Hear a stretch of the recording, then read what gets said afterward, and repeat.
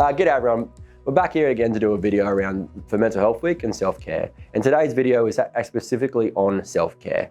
Self-care can mean a lot of things to a lot of different people. But the most important about self-care is actually putting yourself first and caring about yourself. Because at the end of the day, when we're run down, when we've got a lot of stuff going on, sometimes we put ourselves second, sometimes we forgot to look after ourselves. When we forget to look after ourselves, that's when we can kind of lead to burnout, and we can actually get to a point where our stress escalates. So it's super important to have self-care strategies. Some people like to go to the beach and go for a surf. Some people like to go for bushwalks. Some people like to read books. Some people like to sit on the couch and play video games.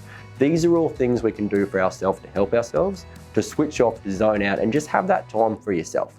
Because when everything is building up, when the world feels like it's taken over, it's really important to turn around and go, you know what, I need to pull myself back a bit. I need to make sure that I'm just not spending all my emphasis on work. I'm not spending all my emphasis on my friends. I'm not spending all my emphasis on everyone else, because what happens is your bucket's empty. And when your bucket starts empty, when you're worrying about everything else, if you're not filling your self-care bucket, then the problem is all your buckets start running out and eventually you crash. That's why self-care is super important. And that's why when you do have things you know you're good at doing, things that you know help with your self-care, it's about putting that time aside for them. Because I know myself, one thing I do is take my dog for a walk. And that helps me at the end of the day. These are the things I do. And like yourselves, you'll have all your own things to do. So just to remind yourselves that all the time, it's important to have some strategies to help with our mental health.